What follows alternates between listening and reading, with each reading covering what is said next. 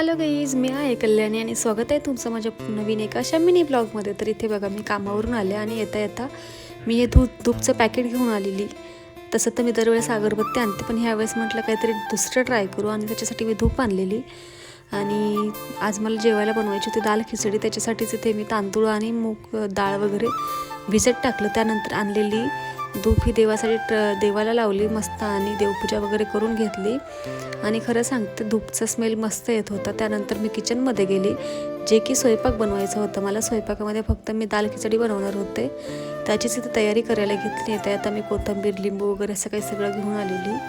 आणि मला दाल खिचडी खायची खूप दिवसांपासून इच्छा होती, जी की हॉटेल टाईप भेटते तशी, पण मला ती येतच नव्हती घरी. आणि फायनली आज माझी दाल खिचडी प्रॉपर बनली, एकदम ॲक्युरेट आणि टेस्टी पण खूप जास्त झालेली. त्याचीच रेसिपी इथे मी तुम्हाला दाखवते. जेवढं मी शूट करता आलं तेवढं मी त्यात शूट केलं आहे. आणि याची रेसिपी नक्कीच मी पुन्हा एका ब्लॉगमध्ये तुम्हाला दाखवेल कशी बनवतात ते. आणि मग इथे मस्तपैकी आपली दाल खिचडी पण तयार होती. आणि येताना मी तेल पण घेऊन आलेली. तेच तेल इथे बॉटलमध्ये वगैरे सगळं भरून ठेवलं. आणि ह्या बॉटल मी ऑनलाईन घेतलेल्या आहेत, तुम्हाला एका ब्लॉगमध्ये पण बोललेली मी. आणि मग त्यानंतर इथे कुकर लावला आणि किचन वगैरे पटपट साफ करून घेतला. आणि किचन क्लीन केला की मला खूप जास्त छान वाटतं पर्सनली.